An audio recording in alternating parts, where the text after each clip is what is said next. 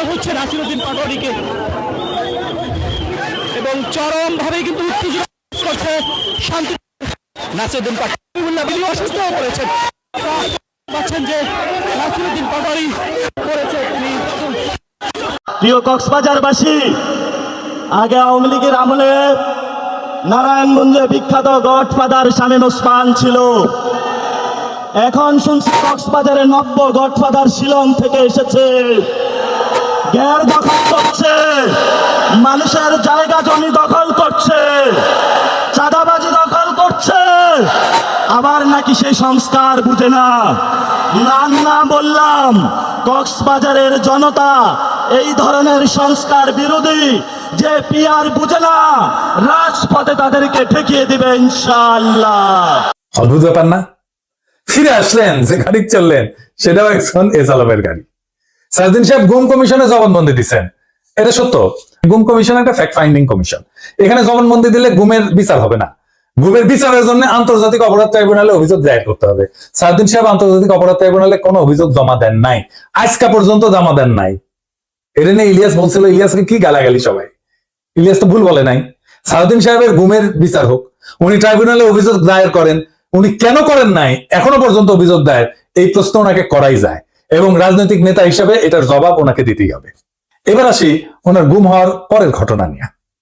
ওনার গুমের বিষয় নিয়ে প্রশ্ন তুললে ইলিয়াস তাসনিম খালিল লিখছে, বিএনপি নেতা সালাউদ্দিন আহমেদ র্যাবের হাতে বলপূর্বক অন্তর্ধানের শিকার হয়েছিলেন, ব্র্যাকেটে গুম। বিএসএফ এর মাধ্যমে তাকে বর্ডার ক্রস করায় Indian national investigation agency NIA এর হাতে তুলে দেওয়া হয়। বাংলাদেশ এবং ইন্ডিয়ান রাষ্ট্রীয় বাহিনীর হাতে বলপূর্বক অন্তর্ধান এবং এক্সট্রাঅর্ডিনারি রেন্ডিশনের একজন সার্ভাইভারকে নিয়ে যারা কুৎসিত প্রোপাগান্ডা করছো, তাদের উপরে মজলুমের লানত। হ্যাঁ, খেলায় পড়লে নাকি বাঘের ধান খায়। আর পার্টিকুলার তাসনিম খলিল খেলায় পড়লে ইসলামী ভোকাবুলারি ইউজ করে, লানত ইউজ করেছে। যার জন্য ইউজ করেছে তারে ধন্যবাদ। ইলিয়াসের কারণে হাজার হোক, লানত শব্দটাতে ইউজ করেছে।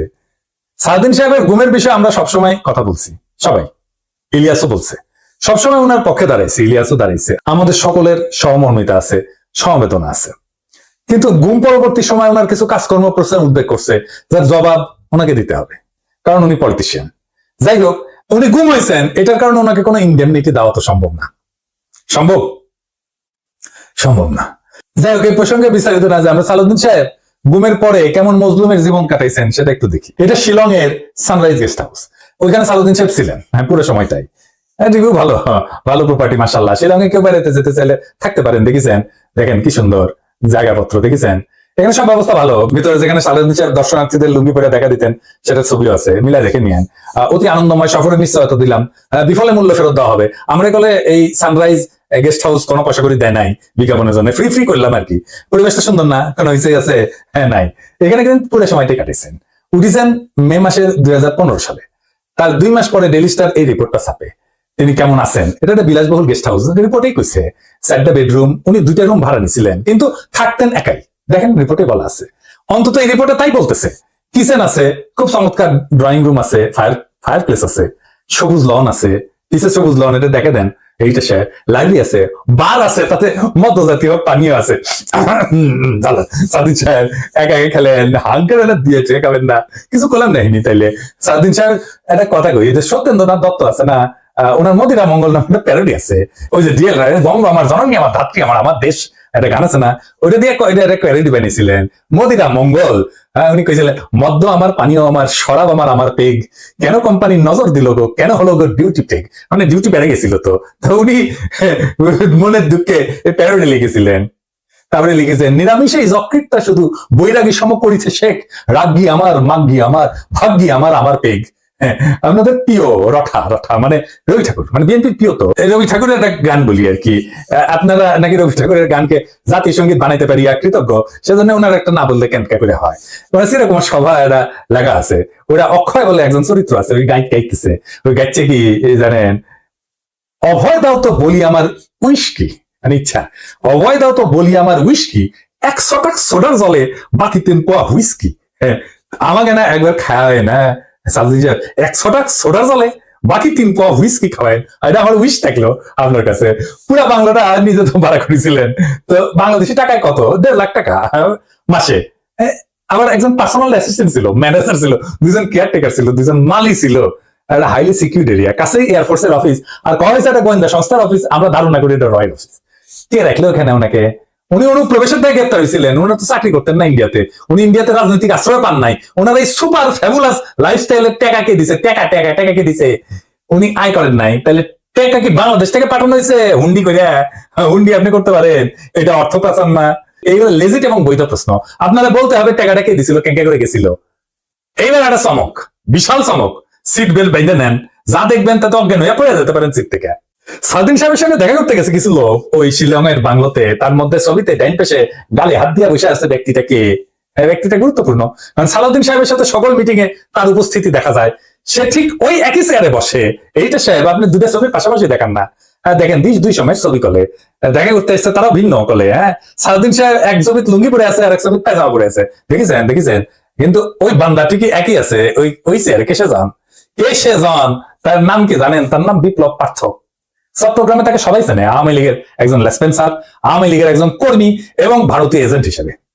আওয়ামী লীগের 15 বছর পুরোটা সময় দাপটের সাথে জীবনযাপন করে গেছেন।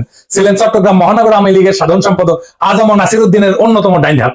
আজম নাসিরের অনলাইন একটা পোর্টাল ছিল, তার নাম ছিল জয় নিউজ। জয় নিউজের সাংবাদিক হিসেবে দীর্ঘদিন কাজ করেছিল এই বিপ্লব পার্থ, মাশাআল্লাহ। কিন্তু এইসব পরিচয়ের বাইরেও তার একটা বড় পরিচয় আছে। বিপ্লব পার্থর মূল পরিচয়, সে ইসকনের চট্টগ্রাম বিভাগের মিডিয়া সেলের সমন্বয়ক। হ্যাঁ, সমন্বয়ক। এটা আবার গৌরবে ফেসবুকে ঘোষণা দিয়ে প্রচার করেছিল সে। চট্টগ্রামে চিন্ময় ইস্যুতে সবচেয়ে বেশি যে লোকটা সক্রিয়, সেটা হইতেছে বিপ্লব পার্থ। দেখেছেন মিছিলে, দেখেছেন আজম নাসিরকে দ্বিতীয়বার চট্টগ্রাম সিটি কর্পোরেশনের মেয়র নির্বাচনের জন্য মনোনয়ন পাওয়া দেওয়ার জন্য ওই নাকি অমিত শাহর কাছে নিয়ে গেছিল আজম নাসিরকে। আওয়ামী লীগ সরকারের আমলে বিপ্লব নাকি 60 বারের বেশি ইন্ডিয়া সফর করেছে। গর্ব করে কইতো, সব জায়গায় প্রচার করতো।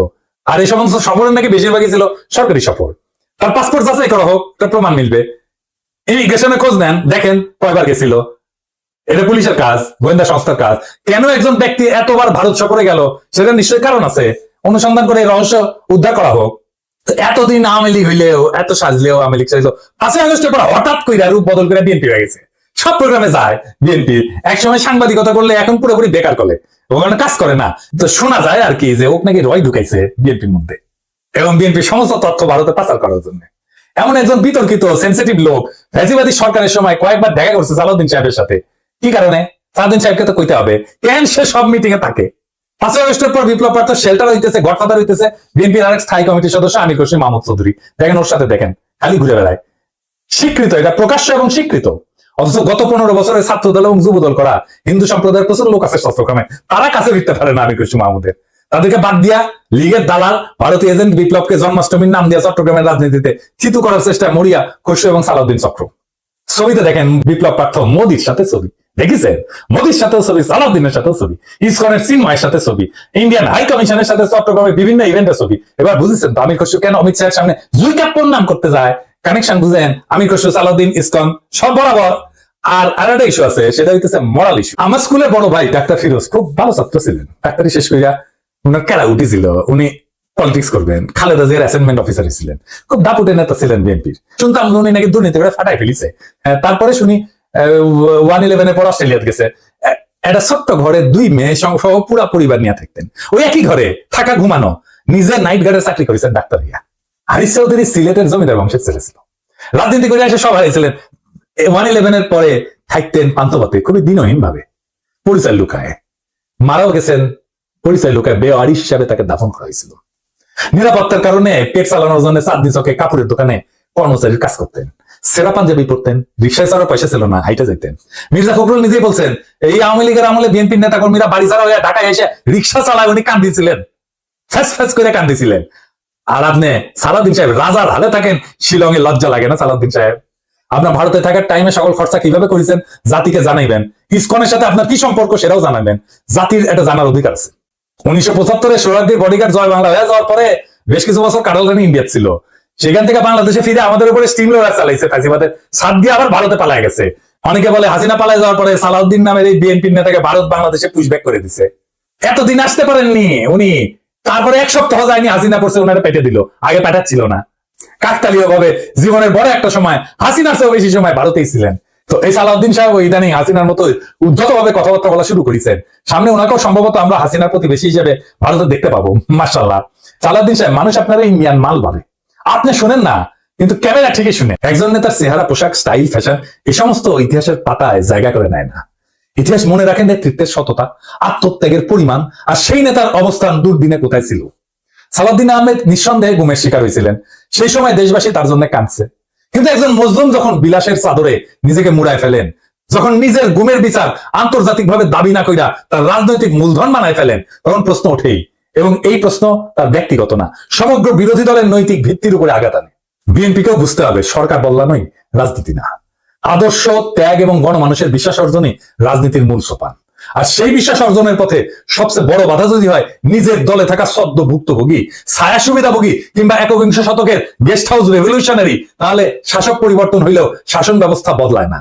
সালাউদ্দিন সাহেব, আপনি যদি সত্যি গণতন্ত্র চান, তাহলে সাংবাদিকের ধমকানো বন্ধ করেন, দলের সিনিয়রদের সম্মান করেন, জাতীয় ঐক্যের প্রতীক প্রফেসর ইউনূসকে তার যোগ্য সম্মান দেন, এস আলমের ছায়া থেকে বেড়ায় আসেন। আর সাহস থাকলে আন্তর্জাতিক অপরাধ ট্রাইব্যুনালে গিয়া বলেন আমি গুম হয়েছিলাম, বিচার চাই। কারণ মানুষ আর একজন হাসিনা খুঁজতেছে না, তারা খুঁজতেছে এমন একজন নেতা যে প্রহসনের মুখোশ পইরা ট্র্যাজেডিকে উপহাস করে না। মানুষ ইতিহাসের পুনরাবৃত্তি চায় না, তারা ইতিহাস বদলাইতে চায়। তাই সিদ্ধান্ত আপনার সালাউদ্দিন সাহেব, আপনি ইতিহাস হবেন না আর একটা ব্যঙ্গাত্মক পুনরাবৃত্তি হবেন। আপনি বিশাল নেতা, আমরা অতি ক্ষুদ্র পিঁপড়া, কিন্তু মহাকালে যখন আমরা কেউই থাকবো না, সেই সময় এই ভিডিও থাকবে, প্রশ্নগুলো থাকবে, ইতিহাস জানবে। কেউ কেউ প্রশ্ন জারি রাখছিল, কেউ কেউ সবকিছু মেনে নেয় নাই। এভাবে জাতি চ্যালেঞ্জ করবে সেই দলটাকে যারা আগামী সরকার গঠন করতে চায় একটা রক্তাক্ত বিপ্লবের পরে। যে বিপ্লবের আকাঙ্ক্ষা ছিল ভারতীয় আধিপত্যবাদ মুক্ত একটা দেশ, সেই দেশে যদি আবারও কারো ছায় আসে সেই পুরনো ভারতীয় শকুন, সেই দলকে, সেই ব্যক্তিকে রুখে দেওয়া প্রত্যেক দেশপ্রেমিক বাংলাদেশের কর্তব্য। ইনকিলাব জিন্দাবাদ।